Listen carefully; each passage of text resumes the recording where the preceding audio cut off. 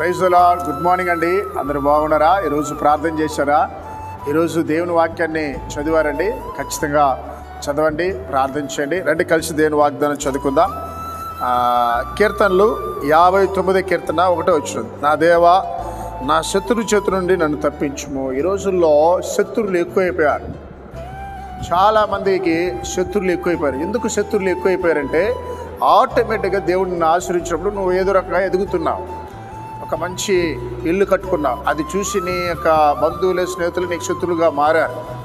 దేవుడు నిన్ను ఆశ్రయించి మంచి వాహనం ఇచ్చాడు, మంచి కారు ఇచ్చాడు, మంచి వాహనాలు ఇచ్చాడు. దాన్ని బట్టి అనేక మంది నీకు శత్రువులు అయ్యారు.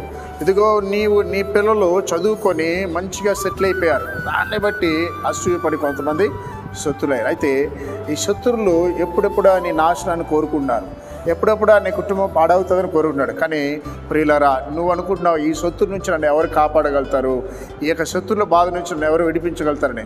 కానీ యేసయ్య ఆయన యొక్క కబంధ హస్తాలతో, ఆయన యొక్క కుడి హస్తంతో నిన్ను నీ కుటుంబాన్ని కాపాడుతూ ఉంటాడు. కాబట్టి నువ్వు ప్రార్థించాలి, యేసయ్య నా శత్రువుల యొక్క బాధ నుంచి నన్ను తప్పించండి. కాబట్టి ఒకవేళ దైవజనులుగా ఉన్నట్లయితే సేవాపరంగా మీకు ఎంతోమంది శత్రువులు ఉండొచ్చు, ఎంతోమంది మిమ్మల్ని బాధ పెడుతుండొచ్చు. కాబట్టి వారిని క్షమించండి, దేవుని వారికి అప్పగించండి. ఖచ్చితంగా దేవుడు మీ పక్షాన కార్యం చేస్తాడు. ఒకవేళ ఉద్యోగం చేసేవారైతే ఆఫీసులో మీకు శత్రువులు ఉండొచ్చు, మీ మీద కుట్రలు పన్నొచ్చు, మిమ్మల్ని అణిచివేయాలని ఎన్నో ప్లాన్లు వేయచ్చు. భయపడకండి, యేసయ్యకి చెప్పండి, మీ సమస్యను చెప్పండి, మీ శత్రువుల్ని ఆయన చేతులు అప్పగించండి, ఆయన చూసుకుంటాడు. కాబట్టి ఎవరివైనా కావచ్చు, దేవుడు మీకు తోడుగొండి కాపాడగాక. ప్రార్థన చేద్దాం.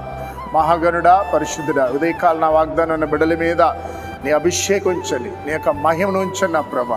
ఈరోజు నా ప్రభా ఎంతోమందినైనా అనారోగ్యంతో హాస్పిటల్లో ఉన్నారు నాయన, ఐసీయూ వారిలో ఉన్నారు నా ప్రభా.